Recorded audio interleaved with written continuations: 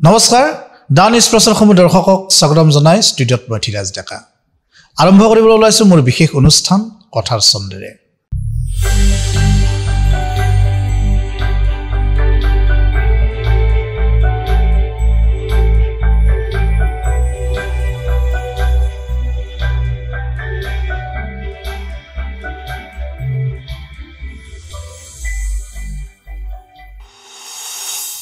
অসমীয়া দেখাৰ কথা আছে যত্ন কৰিলে ৰত্ন পায় এই কথা ফাকি যেন এজন ব্যক্তিৰ জীৱনৰ লগত যেন মিলি গৈছে তেওঁ অশেষ কষ্টৰ বলত অশেষ ধৈৰ্যৰ বলত অশেষ পৰিশ্ৰমৰ বলত আজি নিজৰ জীৱনটোক জিলিকাই তুলিবলৈ সক্ষম হৈছে আজি 10 জনৰ প্ৰেৰণাৰ উৎস হৈ পৰিছে সেই ব্যক্তিজন আজি 10 জনৰ প্ৰেৰণাৰ উৎসই নহয় আজি বহু অনুষ্ঠান প্ৰতিষ্ঠানৰ লগত সেই ব্যক্তিজন জড়িত হৈ পৰিছে এগৰাকী নিৰ্ভেজাল মনৰ ব্যক্তি উদাৰ মনৰ এগৰাকী ব্যক্তি আৰু মানুহক ভাল পোৱা এগৰাকী ব্যক্তি আজি আমাৰ ষ্টুডিঅ'ত নিমন্ত্ৰণ কৰিছো দিলীপ হুজুৰি আপোনাক স্বাগতম জনাইছো নমস্কাৰ প্ৰিয় দৰ্শক দিলীপ হুজুৰি অকল উদ্যোগীয়ে নহয় এগৰাকী সমাজ সেৱকেই নহয় তেওঁ সাহিত্যৰ বিভিন্ন অনুষ্ঠানৰ লগত জড়িত জ্ঞানমালিনী সাহিত্য সভাৰ লগত জড়িত তেওঁ বাহেতা চাৰিআলিৰ শিঙাৰ পৰা বৃহত্তৰ অঞ্চলৰ এটি জাউতিযুগীয় অনুষ্ঠান জ্ঞানমালিনী সাহিত্য সভাৰ তেওঁ বৰ্তমান নৱনিৰ্বাচিত সভাপতি হৈছে আৰু যেতিয়াৰ পৰা তেওঁ দায়িত্ব গ্ৰহণ কৰিছে তেতিয়াৰ পৰা যুৱচাম উৎফুল্লিত হৈ পৰিছে সাধাৰণতে সাহিত্য সভাৰ লগত যুৱচামক আগবঢ়াই নিয়াৰ ক্ষেত্ৰত বিশেষ ভূমিকা এই ব্যক্তিজনে গ্ৰহণ কৰিছে যাৰ কাৰণে সেই বৃহত্তৰ অঞ্চলৰ বহু অনুষ্ঠান প্ৰতিষ্ঠান এতিয়া জিপাল হৈ উঠিছে মই পুনৰবাৰ আপোনাক স্বাগতম জনাইছো অশেষ ব্যস্ততা তথাপি আপুনি আজি মোৰ অনুষ্ঠানত আহিছে আৰু আমাৰ অনুষ্ঠানটি আপুনি জিপাল কৰিব বুলি আশা কৰিছো আৰু আপোনাৰ জীৱনত প্ৰত্যেকজন ব্যক্তিৰ জীৱনত উত্থান পতন থাকে আপুনি বহু বাধা নেওচি আজি নিজৰ জীৱনটোক আপুনি জিলিকাই তুলিবলৈ সক্ষম হৈছে তথাপি আপুনি নিজৰ জীৱনক লৈ আপোনাৰ বহু সপোন আছে তথাপি আমাৰ দৃষ্টিত আজি সমাজখনৰ দৃষ্টিত আজি আপুনি নিজৰ জীৱনটোক জিলিকাই তুলিবলৈ সক্ষম হোৱাৰ লগতে আজি 10 জনৰ প্ৰেৰণাৰ উৎস হৈ পৰিছে আপুনি আপোনাৰ কৰ্মৰ জৰিয়তে হেতু দেখুৱাই দিছে গতিকে আপোনাৰ সপোন কি আছিল আৰু আপোনাৰ এই জীৱন যাত্ৰা কেনেকুৱা হ'ল আপোনাৰ এই সোণখেৰীয়া জীৱন যাত্ৰা কেনেকৈ হ'ল কিছু কথা জানিব বিচাৰিছো আৰু আপোনাৰ চমু পৰিচয় প্ৰথমতে মই দা নিউজ প্লাছক ধন্যবাদ জনাইছো আপোনালোকে মোক ইয়াতে মাতি আনি ৰাইজৰ মাজত মোৰ কথাখিনি বিলাই দিবৰ কাৰণে চেষ্টা কৰাৰ কাৰণে মোৰ পৰিচয়টো মই দিলীপ হুজুৰি মই কনষ্ট্ৰাকশ্যনৰ লগত জড়িত গুৱাহাটীতে থাকোঁ আৰু মোৰ অৰিজিনেল ঘৰ বাহেতা চাৰিআলি হয় জন্ম পিছ মুহূৰ্তত মই গুৱাহাটীৰ এতিয়া বৰ্তমান স্থায়ী বাসিন্দা হয় হয় আপোনাৰ জীৱনৰ মই অনুষ্ঠান আৰম্ভণিতে কৈছোঁ প্ৰতিজন মানুহৰ জীৱনত ঘাত প্ৰতিঘাত থাকে আপুনি একেদিনেই আজি এই পৰ্যায় পোৱা নাই আৰু আপুনি সোণৰ চামুচ লৈ জন্ম পোৱা নাই নহয় জানো হয় হয় আপোনাৰ পৰিয়ালৰ যি দৈন্যতা আমি যিমান দূৰ পঢ়িছোঁ বা জানিছোঁ সেই দৈন্যতা সেই বাধাৰ প্ৰাচীৰ ভাঙি আপুনি মহানগৰীলৈ আহিছিল কোনো বাট বিচাৰি পোৱা নাছিল জীৱনত কি কৰিম কি নকৰিম নহয় জানো যি বাটেই পাইছিল হাতত সেইটোৱে আপুনি কণা লাখুটিৰ দৰে আপুনি সাৱটি লৈছিল নহয় জানো হয় তাৰপিছত লাহে লাহে আপুনি আজি এই পৰ্যায় পালে আপুনি আজি সমাজৰ এগৰাকী আগশাৰীৰ ব্যক্তি হিচাপে ৰাইজে আপোনাক আঁকোৱালি লৈছে আজি বিভিন্ন অনুষ্ঠান প্ৰতিষ্ঠানত আপুনি নহ'লে নহয় আপোনাক ৰাইজে আঁকোৱালি লৈছে এই যিটো আপোনাৰ প্ৰতি ৰাইজৰ মৰম চেনেহ এইখিনি আমি দেখিছোঁ কিন্তু আপোনাৰ সেই যি জীৱনৰ সংঘাতময় কথা কিছু কথা জানিব বিচাৰিছোঁ আৰু আপুনি লোকঢাক নকৰাকৈ যেটো আপোনাৰ জীৱনৰ কথা আজি পাতিম লোকঢাক নকৰাকৈ যিখিনি কথা আপুনি ক'ব মুকলিকৈ ক'ব বুলি আশা কৰিছোঁ মই অলপ আগলৈকে যাওঁ বহু বছৰ আগলৈকে হয় হয় আজি মন্থন কৰক মই হাইস্কুলীয়া জীৱন পাৰ কৰিছোঁ মোৰ জন্ম গাঁও বাহেতা চাৰিআলিৰ শিঙাৰপাৰা হাইস্কুলৰ পৰা মই 1992 চনত হাইস্কুল শিক্ষান্ত পৰীক্ষাত উত্তীৰ্ণ হৈছিলোঁ হয় আগতে হাইস্কুল শিক্ষান্ত পৰীক্ষাৰ আগমুহূৰ্তত এটা টেষ্ট পৰীক্ষা হৈছিলে আৰু সেই টেষ্ট পৰীক্ষাটো দি কিনে মই গুৱাহাটীমুখী হ'ব লগা হৈছিলে হয় হয় কাৰণটো আছিলে মোৰ ঘৰুৱা পৰিৱেশ একেবাৰেই বেয়া আছিল মোৰ দেউতা মোৰ মা বেলেগৰ ঘৰত কাম কৰিছিলে বেলেগৰ ঘৰত কাম কৰিয়ে আমাক পঢ়া শুনা সেই মেট্ৰিকলৈকে পঢ়াইছিলে ইফালে পৰিয়ালটো কিজানি ডাঙৰ আছিলে আপোনালোকৰ পৰিয়ালটো আমাৰ 7 জনীয়া আছিলে আমি ল'ৰা আমি 3 জন হয় আৰু বাইদেউ আছিল 2 জন আৰু মা দেউতা গুৱাহাটীত আহি এই 3 মাহ মেট্ৰিক পৰীক্ষালৈকে 3 মাহ থাকে হয় সেই 3 মাহত আহি মই কি কৰিছো আজি মনত নাই কিন্তু যিকোনো কামে কৰিছিলো কৰি উঠি মই সেই মাৰ্চ মাহত আগতে মেট্ৰিক পৰীক্ষা হৈছিলে মই মেট্ৰিক পৰীক্ষা দিব গলো মেট্ৰিক পৰীক্ষাৰ ৰিজাল্ট দিলে পাছ কৰিলো হয় পাছ কৰি আকৌ গুৱাহাটীতে আহিলো গুৱাহাটীত আহি মই কটন কলেজিয়েটত হাই সেকেন্ডাৰীত এডমিশন ললো আৰু মই চানমাৰীত আৰম্ভণি কৰিলো ফুটপাতত এখন সবজিৰ দোকান সেই সবজিৰ দোকানখন দি মই কটন কলেজিয়েটৰ পৰা হাই সেকেন্ডাৰী পাছ কৰিলো ডাঙৰ কথা হয় হয় হয় হয় তাৰ পিছত মই হাই সেকেন্ডাৰী পাছ কৰিয়ে মই ৰৈ থকা নাই মই যেহেতু মোৰ সংকল্প আছিলে যে মই শিক্ষাটো শেষ কৰিহে কিবা এটা কৰিব বিএড এডমিশন ললো ললিত চন্দ্ৰ ভৰালী কলেজ মালিগাঁৱত হয় আকৌ মই সেইখন ফুটপাতৰ দোকানখনে অলপ ডাঙৰকে ডাউনটাউন হস্পিটেলখনৰ ওচৰত এখন ভালকে সবজি দোকান দিলো সেই সবজি দোকানখন দি মই বিএ পাছ কৰিলো 1998ত বিএ পাছ কৰাৰ পিছত মই 3 বছৰমান চাকৰি বিচাৰিছিলো মোৰ আজিও মনত আছে আমাৰ অসম সাহিত্য সভাৰ প্ৰাক্তন সভাপতি লিখক লক্ষীনন্দন বৰা ছাৰ তেখেত তেতিয়া পলিউশ্যন কণ্ট্ৰল বোৰ্ডৰ চেয়াৰমেন আছিলে হয় হয় আৰু তেখেতক মই পাইছিলো আৰু তেখেতৰ ওচৰত মই এটা চাকৰি বিচাৰি গৈছিলো আজিও মনত আছে এই সূত্ৰে গৈছিলো তেখেতৰ লগত চিনাকি এই কাৰণে হৈছিলে মই বিএ পাছ কৰাৰ পিছত চাকৰিও বিচাৰিছিলো পলিউশ্যন কণ্ট্ৰল বোৰ্ডৰ যিখন কেন্টিন সেই কেন্টিনখন মই চলাইছিলো সেই সূত্ৰে তেখেতৰ লগত হৈছিলে আৰু তেখেতে কিন্তু মোক চাকৰিটো নিদিলে হয় বহুত 2 বছৰমান তেখেতক যোগাযোগ কৰিলো তেখেতে নিদিলে হাতনি ধৰিছিল হয় আৰু চাকৰিটো নিদিয়াৰ পিছত মই ভাবিলো কিবা এটা কৰিব লাগিব নিজকে মই কি কৰিম কি নকৰিম এনেকে ভাবি 2004 চনত মোৰ হেৰিলৈ আহিল এজন ডিব্ৰুগড়ৰ এজন মোৰ দাদা মুনিন সোণোৱাল তেওঁ মোক 2004 চনত পিডব্লিউ অফিচলৈকে লৈ গৈ দিলীপ তুমি ইয়াত এখন ৰেজিষ্ট্ৰেচন কৰা সেই যে ৰেজিষ্ট্ৰেচন কৰিলো আৰু সেই ৰেজিষ্ট্ৰেচন কৰাৰ পিছত এই যে সৰু সৰু কামবিলাক কৰি আজিৰ এই পৰ্যায় পাইছো মোৰ সমো এইখিনিয়ে মই আপুনি যেতিয়া জীৱনৰ কথা ক'লে মই আচলতে মোৰ গা শিয়ৰি উঠিছে হয় কেনেকুৱা এক পৰিৱেশ প্ৰিয় দৰ্শক আপোনালোকে শুনিলে আমাৰ আজিৰ যুৱ প্ৰজন্মই যেনেকৈ চাকৰি কৰি হাহাকাৰ কৰি ফুৰিছে নহয় জানো হয় আপুনিও বিচাৰিছিলে হয় হয় চৰকাৰী চাকৰি এটা পাবৰ কাৰণে নিজৰ ফেটি বিক্ৰী কৰিব লগা হৈছে বহু মানুহে হয় হয় কিছুমান ল'ৰা বিপথে পৰিচালিত হৈছে চাকৰি বিচাৰি আগত কিছুমান জংঘললৈ গুচি গৈছে নিবনুৱা হৈ আৰু কিমান ৰাইজৰ পৰা অৱহেলিত হ'ব সমাজৰ পৰা অৱহেলিত হ'ব এই এনে এগৰাকী ব্যক্তি যিগৰাকী ব্যক্তিয়ে পদপথত দোকান দি পঢ়িছিলে পেটৰ ভাতমুঠি মোকলাইছিল গ্ৰেজুৱেট হৈছিলে ডিগ্ৰী লৈছিলে তেওঁ নহয় জানো গতিকে সেই জীৱনৰ পৰা আজি দিলীপ হুজুৰি আজি আপোনাক সেইখিনি সময়ত আপুনি কিমান সংগ্ৰাম কৰিছিল এতিয়া চাকৰিৰ বাবে আপুনি কেন্টিন চলাব লগা হৈছিল হয় হয় গতিকে আজি এগৰাকী আগশাৰীৰ ব্যক্তি হিচাপে আপুনি চিহ্নিত হৈছে সমাজে আপোনাক বিচাৰিছে আজি যেটো পৰ্যায় এই পৰ্যায়টোক লৈ আপুনি সুখী নে আজি বৰ্তমান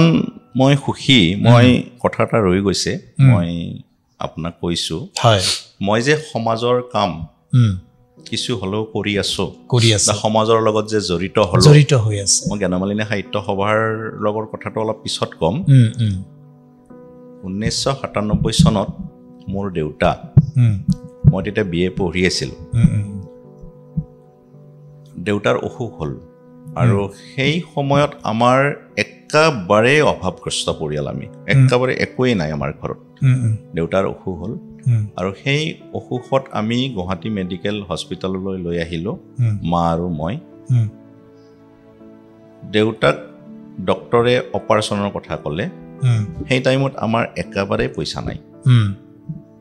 মায়ে মোক ক'লে মোৰ আজিও মানে মনত আছে সেই কথাটো আৰু সেই কথাটোৰ কাৰণেই মই যে আজি সমাজমুখী হৈছো দুই এজনক অলপ মই সহায় কৰোঁ এই কাৰণেই মই সহায় কৰোঁ সেই সময়ত মোৰ দেউতা অপাৰেশ্যন কৰিবৰ কাৰণে আমাক ৮,০০০ মান টকা খৰচ হ'ব বুলি কৈছিলে মেডিচিন প্লাছ ব্লাড দিবৰ কাৰণে সেই ৮,০০০ টকাটো আমাৰ নাছিলে নহা কাৰণে মায়ে ক'লে দেউতাক আমি গাঁৱলৈকৈ লৈ যাওঁ গাঁৱতে যি হয় হ'ব এই যে আজিৰ দিনতো যে কিছুমান মানুহে আগৰ দিনত খুব আছিলে চিকিৎসাৰ অভাৱত যে মানুহ ঢুকায় মোৰ দেউতা উদাহৰণ আমি দেউতাক লৈ গ'লো গাঁৱত সেই মৃত্যু কোনদিনা হ'ব অপেক্ষা কৰি থাকিলো সেই দুখটোৱে মোৰ থাকি গ'ল জীৱনত আৰু সেই কাৰণে মই দেউতাৰ কাৰণে মোৰ জন্ম ঠাই বাইহাটা শিঙাৰপাৰা অঞ্চলত তাতেই নহয় মই দেউতাৰ কাৰণে বহুত আপাৰ আছামৰ ফালেও মই দেউতাৰ কাৰণে উজনি অসমৰ ফালেও কৈছো বঙাইগাঁৱতো কৰিছো ইটানগৰতো মই দেউতাৰ কাৰণে কাম এটা কৰিছিলো কিবা কিবি কাম আপুনি হাতত কৰিছে আৰু আপোনাৰ যেতিয়া দেউতাৰ কথা ক'লে মই অনুষ্ঠানত সুধিলোহেঁতেন আপুনি যিহেতু ক'লে কথাখিনি আপুনি প্ৰতি বছৰে দেউতাৰ নামত মৃত্যু বাৰ্ষিকী আপুনি সুন্দৰকৈ নিজৰ ঘৰত আয়োজন কৰে আজি আমিও গৈছিলোঁ আমি দা নিষ্প্লাছৰ পৰিয়ালো আপোনাৰ গৃহত গৈছিলোঁ এইবাৰো আপুনি একেবাৰে বৰ্ণাঢ্য কাৰ্যসূচীৰে আজি আপুনি দিনজোৰা কাৰ্যসূচীৰে আপুনি অনুষ্ঠান কৰিছে আপুনি দেউতাৰ বাবে গ্ৰন্থ এখন উন্মোচন কৰিছে লগতে আপুনি ভাগৱত পাঠৰ সুন্দৰ আয়োজন কৰিছে আমি আমাৰ চেনেলে প্ৰচাৰ কৰিছিলোঁ নহয় জানো এই যে আপোনাৰ যি পিতৃভক্তি আজি আপোনাৰ এই কাহিনীটো কিন্তু জনা নাছিলোঁ যে আপুনি ৮,০০০ টকা এটাৰ কাৰণে আপুনি গুৱাহাটী চিকিৎসা মহাবিদ্যালয়ত আপুনি চিকিৎসা কৰিব নোৱাৰিলে দেউতাক আৰু সেই দেউতাৰ আপোনালোকৰ দৈনতাৰ বাবে মৃত্যুৰ বাবে অপেক্ষা কৰিব লগা হ'ল আপোনালোকৰ পৰিয়াল এই কথাখিনি আচলতে আজি জানি খুবেই মৰ্মাহত হৈ পৰিছোঁ এই যিটো পিতৃৰ প্ৰতি যি ভক্তি আপোনাৰ আজিকালি দেখিছোঁ ল'ৰা ছোৱালীৰ সেই ভক্তিটো নাই ভক্তি থাকিলে বহু আৰ্থিক অৱস্থা ভাল ব্যক্তিও আমি দেখিছোঁ আৰ্থিকভাৱে সচ্ছল ব্যক্তি দেখিছোঁ যে মাক দেউতাকে বৃদ্ধাশ্ৰমত থাকে আৰু কাঠফুলাৰ দৰে আজি মহানগৰী নহয় সমগ্ৰ অসমতে বৃদ্ধাশ্ৰমবোৰ গঢ়ি উঠিছে কি ক'ব আপুনি আচলতে মই এইটো মোৰ মনত মানে কেতিয়াবাৰ পৰাই ভাৱ হৈছে দেউতাক মাকক যদি সেৱা কৰে কোনো ব্যক্তি কোনো ল'ৰা ছোৱালীয়ে মছজিদ মন্দিৰ নামঘৰলৈ বা ভগৱানৰ স্থলীলৈকে যাব নালাগে মই ভাবোঁ দেউতাক মাকক যদি তেওঁ ভাবি কিনে ৰাতিপুৱা এনে দিনত এবাৰ বা গা ধুওঁতেই হওক দেউতাক স্মৰণ কৰে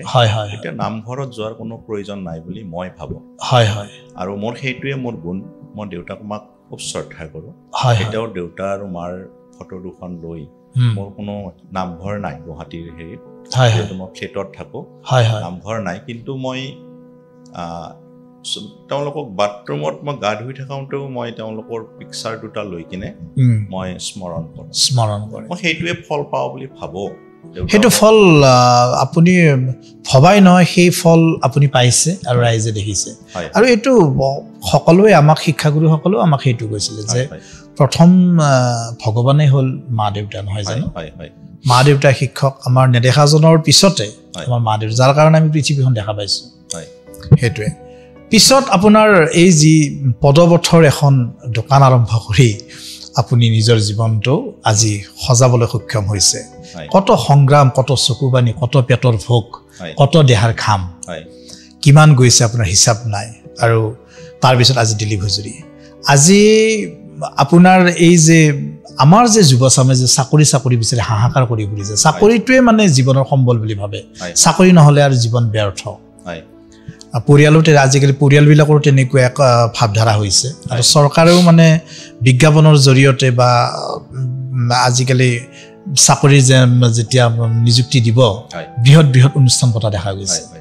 কি ক'ব আপুনি না আজিৰ যুৱচাম চাকৰিমুখী হৈছে এইটো চাকৰিমুখী নহয় যদি তেওঁ কিবা এটা কৰিম বুলি ভাবে যিকোনো ব্যৱসায়ী হওক যিকোনো একান্তপতীয়াভাৱে যদি এটা কামত মই যেনেকৈ 2004 চনৰ পৰা আজি 2025 চনলৈকে মোৰ বহুত ঘাত প্ৰতিঘাত গৈছে মই প্ৰথম কামটোৱে মই ৭২,০০০ টকাৰ কৰিছিলোঁ আজি হয়তো মই ৭২ কোটি টকাৰ কামে কৰি আছোঁ গতিকে ঠিক তেনেকুৱাকে ভাবিব নালাগে যে মই আজি সৰু এটা কাম কৰিছোঁ সেইটোৱে ভালকে যদি কৰে আজিৰ যুৱচামে চাকৰি নোপোৱাবিলাকে আজিৰ যুৱচামে যদি ভালকে এটা যিকোনো কাম এটা আন্তৰিকতাৰে যদি কৰে একান্তপতীয়াকে যি কামেই নহওক তেওঁলোকে 10জনক চাকৰি দিব পাৰিব আৰু সংকল্প থাকিব লাগে জীৱনৰ এটা সংকল্প মই এইটো কৰিম এইটো সংকল্প এটা যদি থাকে জীৱনৰ সাকসেস উদ্দেশ্য থাকে এতিয়া আহিছো আপোনাৰ সেই ৰাজহুৱা জীৱন আপুনি এতিয়া জ্ঞানমানিলে সাহিত্য সভাৰ এগৰাকী নৱনিৰ্বাচিত সভাপতি ৰাইজে আপোনাক সুন্দৰকৈ এই আসনখনত অধিষ্ঠিত কৰিছে আৰু আপুনি আমি দেখিছো আমি খবৰ ৰাখিছো আমি সাংবাদিকসকলে আপুনি সেই অনুষ্ঠানটিত আপুনি নৱনিৰ্বাচিত সভাপতি হৈয়ে আপুনি জ্ঞানমানিলে সাহিত্য সভাক এক বেলেগ ৰূপলৈ লৈ গ'ল আগতে যুৱচাম তেনেকুৱা আগ্ৰহী হোৱা নাছিল আৰু আপুনি এটি সুন্দৰ অনুষ্ঠান কৰিছিলে আপোনাৰ উপজাঠাইখনত অধিৱেশন দ্বিবাৰ্ষিক অধিৱেশনখন কৰিছিলে সমদল সুন্দৰ সমদল দেখিছিলোঁ আমি সংবাদ মাধ্যমৰ যোগেৰে এই যিটো আপোনাৰ সপোন এইখিনি কথা ক'ব কি ক'ব 2023-24 বৰ্ষত জ্ঞানমালিনী সাহিত্য সভাই মোক উপসভাপতিৰ দায়িত্ব দিছিলে তেতিয়া মই তেনেকুৱাকে জড়িত হোৱা নাছিলোঁ তথাপিতো মিটিং বা সভাবিলাকত গৈছিলোঁ 2025-27 বৰ্ষৰ কাৰণে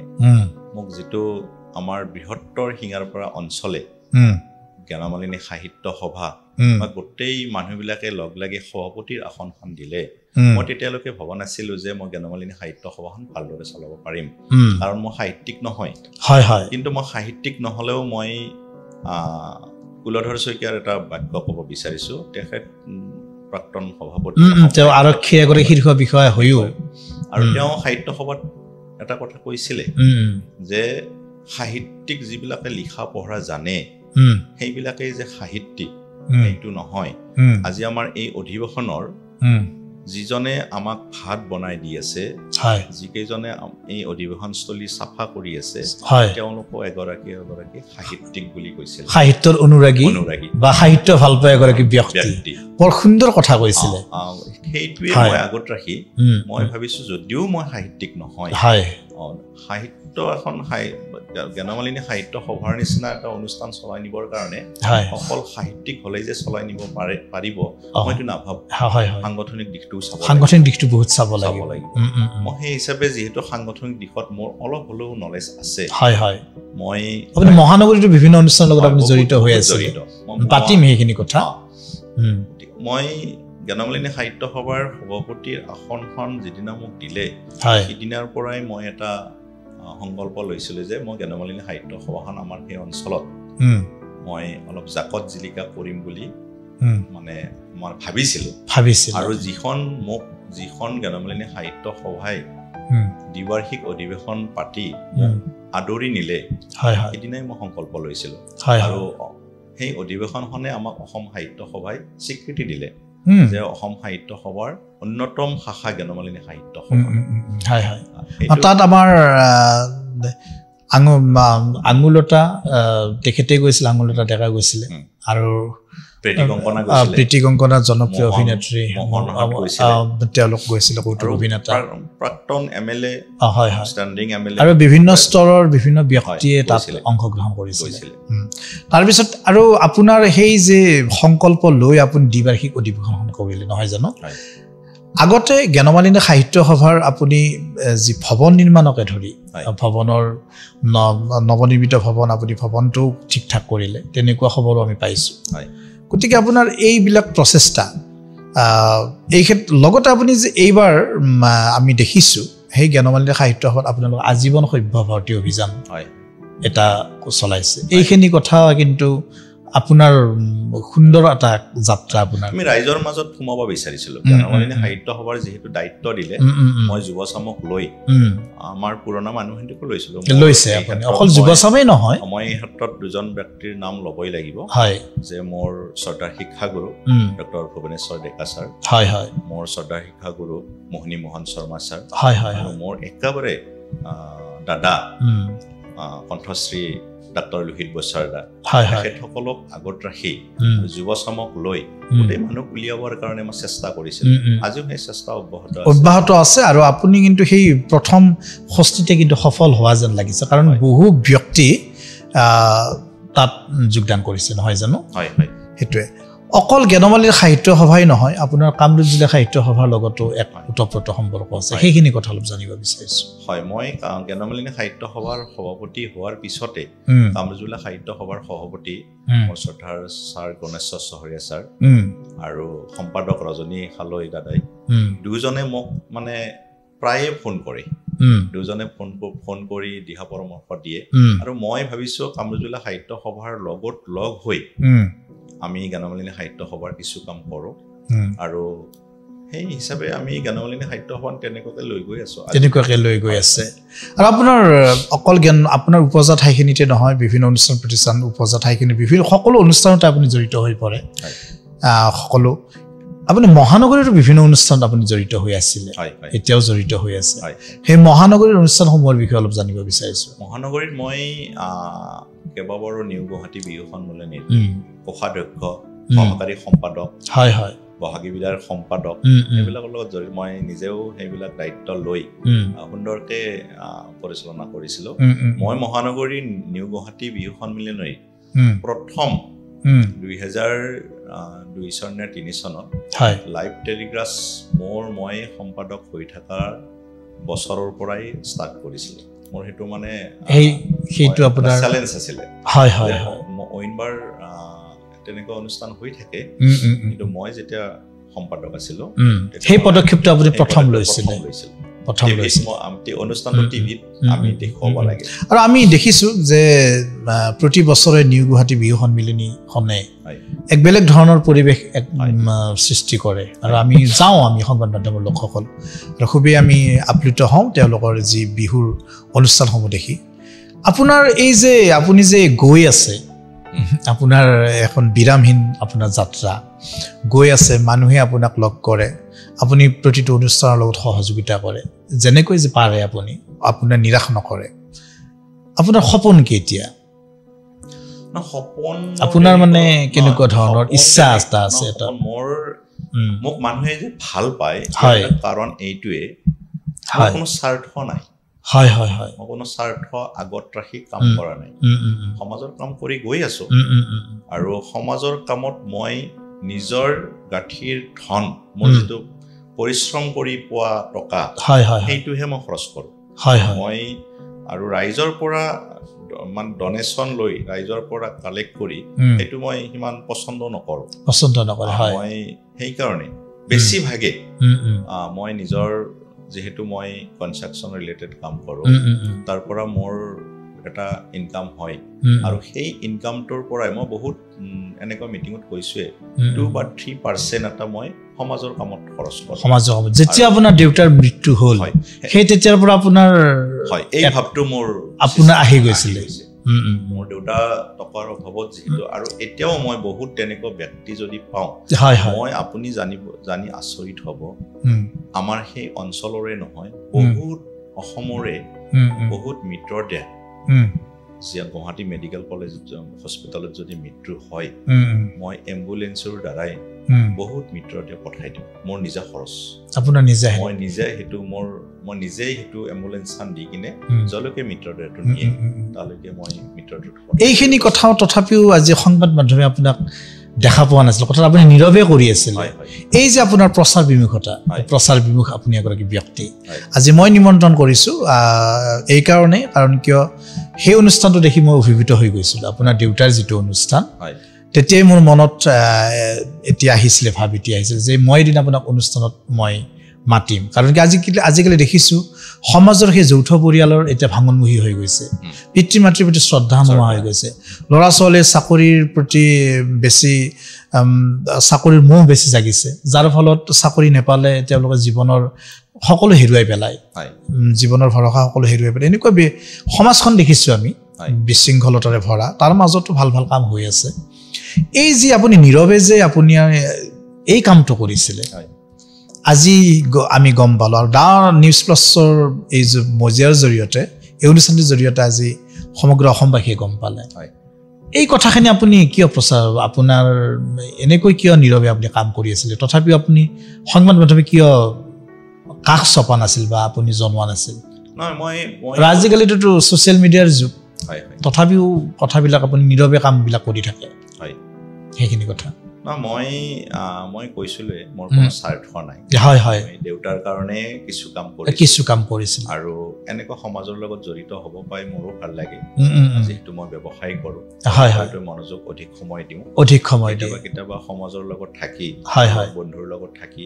ভাল পাওঁ সেইকাৰণে নিস্বাৰ্থ হিচাপে কৰি গৈ আছোঁ স্বাৰ্থ আগত ৰাখি কৰা নাই সেইকাৰণে প্ৰচাৰটোও বিচৰা নাই সেইটোৱে আপুনি যি মানসিক সন্তুষ্টি বিমল সন্তুষ্টি আপুনি লাভ কৰিছে সেইখিনি কাম কৰি যে এম্বুলেন্সৰ জৰিয়তে আপুনি ৰোগী তেনেকৈ পঠায় আজি জুবিন গাৰ্গৰ ক্ষেত্ৰত দেখিছোঁ আজি এনেকুৱা ধৰণৰ কাম মনত পৰিলে জুবিন গাৰ্গলৈ মনত পৰে নহয় জানো তেখেতেও কিমান কি ৰোগীক নিজৰ গাঁঠিৰ ধন ভাঙি তেওঁ ৰাইজৰ হকে কাম কৰিছিলে এই জুবিন গাৰ্গৰ যিটো আপুনি বিভিন্ন কলা সংস্কৃতিৰ লগত জড়িত আপুনি নিউ গুৱাহাটীত বিহু পাতে সকলো শিল্পীকে আপুনি নিমন্ত্ৰণ কৰে আৰু বহু জনপ্ৰিয় শিল্পীৰ অনুষ্ঠান আমি দেখিছোঁ নিউ গুৱাহাটীত জুবিন গাৰ্গৰ আকস্মিক মৃত্যুৱে আপোনাৰ মনত কেনেকুৱা ৰেখাপাত কৰিছে সেই দিনটোত মানে খবৰটো শুনিয়ে সঁচাকৈ মনত দুখ পাইছোঁ আৰু জুবিন গাৰ্গ যে আমাৰ মাজত সিদিনা নাইকিয়া হৈছে সেই মানে সেই খবৰটো বিশ্বাস কৰিব পৰা নাছিল বন্ধু এজনে গ্ৰুপত মেছেজ দিছিলে জুবিন আমাৰ মাজত নাই মই বিশ্বাস কৰা নাছিলোঁ আকৌ মোৰ টেলিফোন কৰি মোৰ সহধৰ্মিনীক ফোন কৰিছিলোঁ ফোন কৰি সুধিছোঁ তুমি টিভিটো দিয়া কিবা নিউজ দিছে নাই তেওঁ লগে লগে মোক মানে টিভিটো অন কৰিয়ে ফোন কৰিলে জুবিন আমাৰ মাজত নাই বুলি কৈছে তেতিয়া মই ভাবিলোঁ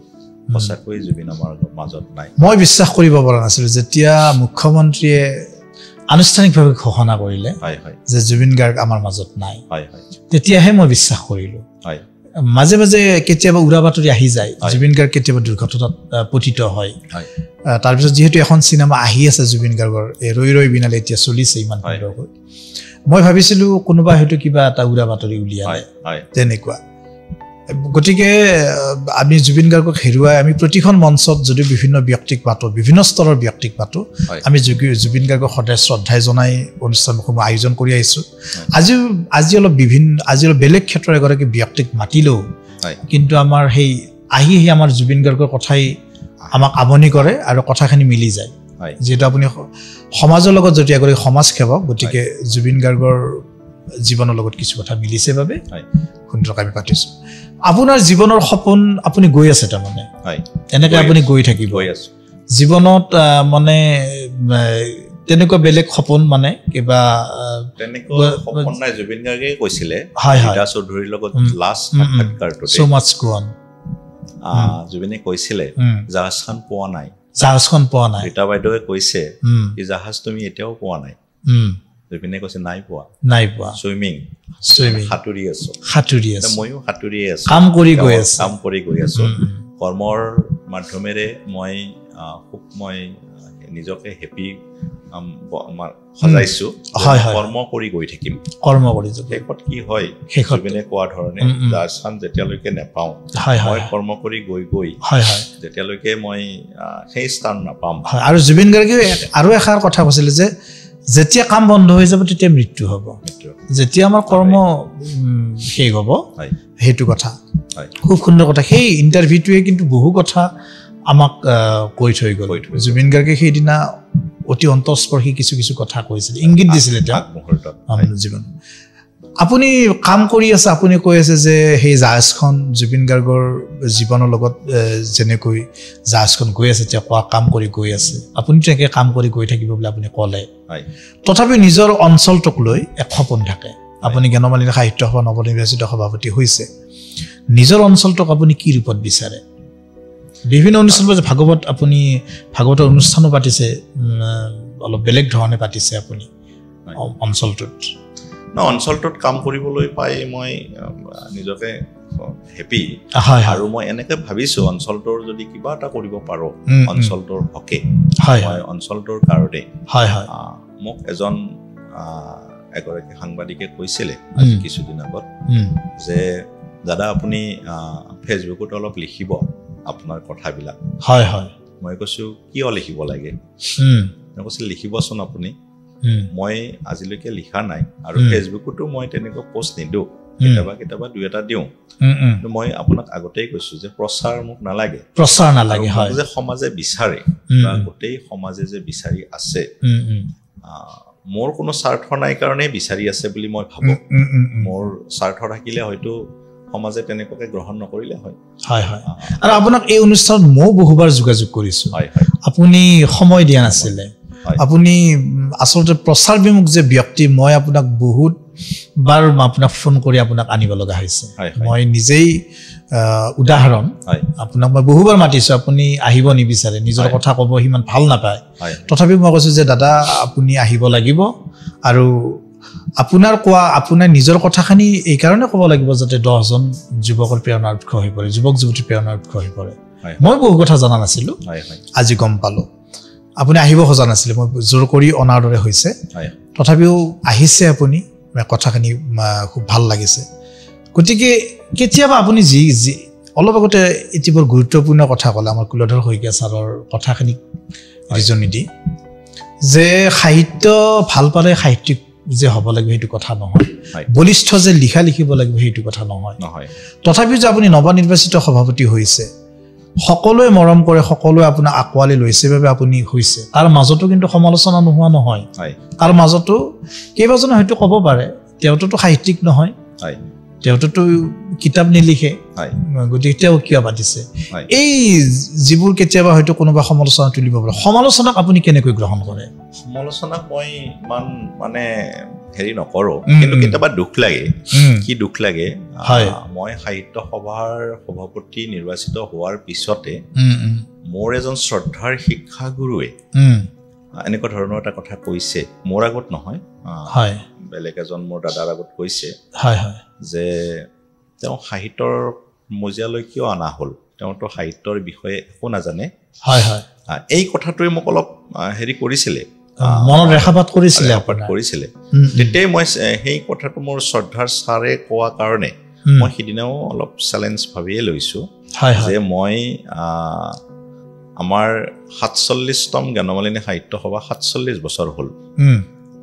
মোৰ আগত বহুত কেইজন সভাপতি হৈ গৈছে মই সিদিনাৰ পৰা এটাই মই নিজৰ সেই কৰিছোঁ যে যিকেইজন সভাপতি হৈ গৈছে মোতকৈ গোটেইকেইজন বয়সত ডাঙৰ বৰ্ষীয়ান তেওঁলোক পণ্ডিত মহা পণ্ডিত মই সিদিনাই ঠিক কৰিছিলোঁ যে এই গোটেইকেইজনক মই গোটেইকেইজনে যিখিনি কাম কৰা নাই সেই কামখিনি মই কৰি দেখুৱাম আপুনি আজিৰ ডেটত মই জ্ঞানমালিনী সাহিত্য সভাৰ যিখিনি কাম কৰিছোঁ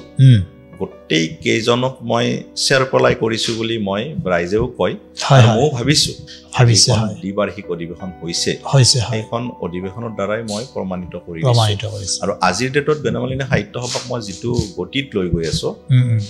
আগত কোনো এজন সভাপতিয়ে তেনেকুৱাকৈ চলাব মই অনুষ্ঠান আৰম্ভ কৈছোঁ যে যুৱ চামক আপুনি আকৰ্ষিত কৰিবলৈ সক্ষম হৈছে বৰ্ষীয়ান ব্যক্তি যায় আমাৰ অগ্ৰজসকল যায় তাত হয় কিন্তু এই যুৱক যুৱতীসকলক লৈ আপুনি যি এক আন্দোলন সৃষ্টি কৰিছে হয় সাহিত্যৰ আন্দোলন হয় গতিকে এইটো বৰ প্ৰশংসনীয় সেইকাৰণে আপোনাক মাতিছোঁ অনুষ্ঠানটো হয় এই যে দাদা বঁটা বাহন হয় বঁটা বাহন যে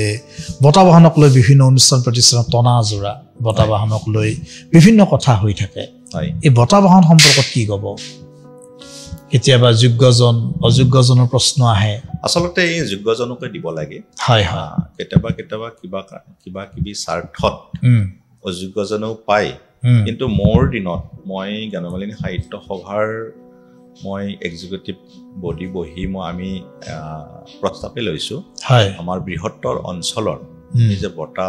আপুনি কৈছে হয় হয় আমি সেইজনকহে বঁটা দিম যিজন উপযুক্ত যিজনে পাব লাগে আমি এই যোৱা বছৰ আমি এজনক সেই হিচাপে আমি দিছোঁ তেওঁ আমি কণ্ঠশ্ৰী উপাধি দিছোঁ এইকাৰণে দিছোঁ তেওঁ এজন সুচিকিৎসকে নহয় তেওঁ সুন্দৰ গানৰ সুৰ কৰে গান তেওঁ লিখে গান গায় তেওঁৰ মই আমাৰ যিটো অসমৰ এটা ঘটনা হৈ গৈছিলে অভিনীলক কাৰ্বি আংলঙৰ অভিনীল হত্যাকাণ্ড সেইটো যিটো হত্যাকাণ্ড হৈছিলে যি দুজন অসমীয়া ল'ৰাক হত্যা কৰিলে অভিনীলক লৈ ডক্টৰ লোহিত বৈশ্যই যিটো গান লিখিলে যিটো সুৰ দিলে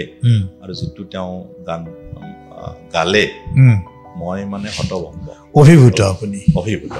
আৰু সেইকাৰণেই নহয় তেওঁ আমাৰ বৃহৎ অঞ্চলত সুন্দৰ গানৰ ভাল পৰিৱেশন কৰে অকল তেওঁ অঞ্চলটোতে নহয় আৰু বিভিন্ন অনুষ্ঠানত বিভিন্ন অনুষ্ঠানৰ অসমৰ বিভিন্ন অনুষ্ঠানৰ লগতো তেওঁ জড়িত আৰু বৃক্ষৰোপণকে ধৰি আৰু অসম চৰকাৰেও তেওঁ স্বীকৃতি প্ৰদান কৰিছে আৰু এগৰাকী সুচিকিৎসক গান ভাল পোৱা পাগলৰ দৰে গান ভাল পোৱা কিতাপ ভাল পোৱা এগৰাকী ব্যক্তি প্ৰকৃতি ভাল পোৱা এগৰাকী নিৰ্ভেজাল মনৰ ব্যক্তি মই জানো তেখেতে আমি তেওঁ কণ্ঠশ্ৰী উপাধি জ্ঞানমালিনী সাহিত্য সভাই দিছোঁ আৰু প্ৰথম আমি জ্ঞানমালিনী সাহিত্য সভাৰ এইটো প্ৰথম আমি পৰ্যায়ক্ৰমে আৰু তেনেকুৱা ব্যক্তিক আমি বঁটা দিম বুলি আমি ভাবিছোঁ দিলীপ হুজুৰিক দেখিলে একেবাৰে আপোনাৰ যিটো ব্যক্তিত্বটো দেখিলে আপোনাৰ ভিতৰত যে এক যুঁজাৰু মন আছে সেইটো কিন্তু গম পোৱা নাযায় কিন্তু অনুষ্ঠান পাতিলেহে আপোনাৰ সন্মুখত গ'ল আপোনাক বুজিবলৈ চেষ্টা কৰিলেহে কিছু কথা গম পোৱা যায় আপোনাৰ যিটো ভিতৰৰ যে সেই দেউতাৰ মৃত্যুৱে আপোনাক এটি শিকনি দিলে সাহিত্য সভাৰ এজন শিক্ষাগুৰুৰ এটি সমালোচনাই আপোনাক নতুনকৈ কাম কৰাৰ যি উদ্গনি যোগালে এটি চাকৰি বিচাৰি চাকৰি নাপায় আপুনি সফল ব্যক্তি হ'ম বুলি যি প্ৰচেষ্টা মনত বান্ধি ল'লে এই যুঁজাৰু মনটো দিলীপ হুজুৰিৰ সৰুৰ পৰা আছিল নে মা দেউতাই শিকাইছিল মই বহুদিন আগৰলৈকে গৈছোঁ যেতিয়া মই 1987 নে 88ত সিঙাৰপাৰা হাইস্কুল আমাৰ বাহেটা চাৰিআলিৰে এখন আগশাৰীৰ স্কুল সিঙাৰপাৰা হাইস্কুল তেতিয়া মই ক্লাছ 9 আৰু সেই 9তে আমাৰ যে স্কুলবিলাকৰ সম্পাদক পাতে সাধাৰণ সভাৰ সম্পাদক তিনিজনে আমি তেতিয়া খুব দুখীয়া মানুহৰ ল'ৰা আমি চিম্পল স্কুলত আহোঁ আৰু বহুত ধনী মানুহৰ ল'ৰা ছোৱালী আহে সাধাৰণ সম্পাদকৰ পদটোত সেই মোৰ বাহিৰে দুজন ল'ৰাই সাধাৰণ সম্পাদকৰ পদটোত মানে হেৰি কৰিব বিচাৰিছিলে কিন্তু সেই টাইমতে 1988তে গোটেই স্কুলৰ ছাৰসকলে লগ লাগি বা ষ্টুডেণ্ট সকলে লগ লাগি এই সাধাৰণ সম্পাদক দায়িত্বটো মোক দিছিলে সেইটো এটা বিতৰ্ক হৈছিল সেই টাইমত কিন্তু বিতৰ্কটো মই তেতিয়া সৰু আছিলোঁ সেইকাৰণে সিমান মোৰ মনত নাই কিন্তু সেই যে মই সাধাৰণ সম্পাদকৰ পদটো পাইছোঁ তেতিয়াই মই ভাবিছিলোঁ যে তাৰে পিছ মুহূৰ্ততে তেতিয়া AGP চৰকাৰ আছিলে আমাৰ কমলপুৰ সমষ্টিৰ বিধায়ক তথা মন্ত্ৰী আছিল মইদুল ইছলাম তেতিয়া আমাৰ স্কুলৰ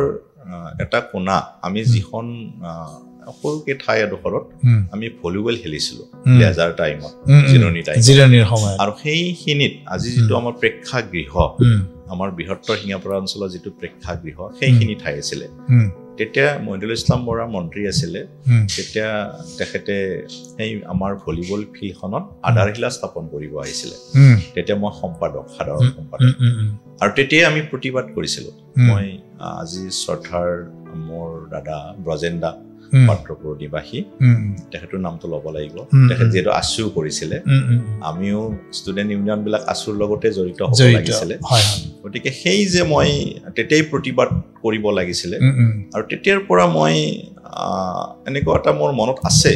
মই আৰু মই মোৰ এটা মোৰ যদি ক'ৰবাত কিবা এটা মই কাম কৰিছোঁ সেই কামটো কৰিব নোৱাৰিম বুলি মই নাভাবোঁ কৰিব পাৰিম বুলি ভাবোঁ মোৰ এইটো এটা দৃঢ় বিশ্বাস মই মানে যিকোনো কামতে মই ভাবোঁ মই বেলেগে পাৰিছে যিহেতু মইনো কিয় নোৱাৰিম সেই গতিত মই আগবাঢ়ি আছোঁ আজিৰ ডেটত মই হয়তো ক'ৰবাত কানি বিফলো হৈছে তথাপিও কিন্তু আপুনি failure is the pillar of success যে মূল চাবিকাঠি গতিকে আপুনি সেই কথাষাৰ আপুনি দেখুৱাই দিছে আৰু আপুনি আমি মকৰাটিক দেখিলেও আমি বহু কথা শিকিব পাৰো ন তেওঁ এবাৰ পৰে আকৌ জাল গুঠিবলৈ যত্ন কৰে আকৌ পৰে আকৌ জাল গুঠিব অৱশেষত তেওঁ সুন্দৰকৈ জাল এখন তৈয়াৰ কৰে গতিকে বহু কথা আমি জীৱ জন্তুৰ পৰাও আমি আয়ত্ত কৰিব পাৰোঁ গতিকে বহু ভাল লাগিলে আপুনি ইমান ব্যস্ততা কৰ্মব্যস্ততা আপোনাৰ নিজৰ কামৰ লগতে বহু অনুষ্ঠান প্ৰতিষ্ঠানৰ লগত আপুনি জড়িত হৈ আছে আপুনি জড়িত হৈ থাকক আপোনাৰ সুস্বাস্থ্য কামনা কৰিছোঁ আপোনাৰ এই যি আপুনি এই যে আপোনাৰ জাহাজখন গৈ থাকক সুন্দৰকৈ গৈ থাকক আৰু সকলোৱে সহযাত্ৰী হৈ আপোনাক সুন্দৰকৈ আগবঢ়াই লৈ যাওক অশেষ কামনা কৰোঁ আমাৰ শুভকামনা আছে আৰু সাহিত্য সভাৰ লগত আপোনাৰ জ্ঞানমন্দিৰ সাহিত্য সভাৰ সকলো স্তৰৰ ব্যক্তিকে আগুৱাই লৈ গৈ আমাৰ যি জ্ঞানমন্দিৰ সাহিত্য ঐতিহ্যমণ্ডিত আমাৰ যিটো অনুষ্ঠান সেই অনুষ্ঠান প্ৰতিষ্ঠানসমূহক আপুনি যাৱতীযোগীয়া কৰিব বুলি আশা ৰাখিলোঁ আৰু আমাৰ কেনেকুৱা লাগিছে আজি আমাৰ এই অনুষ্ঠানত সঁচাকৈ ধন্যবাদ মই এনেকুৱা আপুনিতো আহিব বিচৰা নাছিল মই জোৰ কৰি লৈ অহাৰ দৰে অনুষ্ঠানৰ লগত জড়িত হ'ব সঁচাকৈ মই টান পাওঁ কাৰণ মোক বহুত মানুহ জানে মই ইমান ভাল নিজৰ কথা ক'ব খুব বেয়া পাওঁ আৰু মই ভালদৰে ইমান কথা ক'বা মই ইমান নাজানো সুন্দৰ কৈছে কিন্তু নাজানো বুলিয়ে ভাবোঁ গতিকে আজি এই প্ৰথম মোৰ লাইফৰ মোৰ এগৰাকী বান্ধৱী আছে পাপৰি চৌকাধৰা বৰঠাকুৰ তেওঁ সাংবাদিক কৰে এডভোকেট কৰে মোৰ ভাল বান্ধৱী তেওঁ মোক কেইবাদিনো কৈ আছে বহুত দিনে বছৰে হ'ল যে তোমাক এদিন মই টক শ্ব' এটাত লৈ যাম দেই তুমি যাব লাগিব মই কৈছোঁ পাপৰি মই নেযাওঁ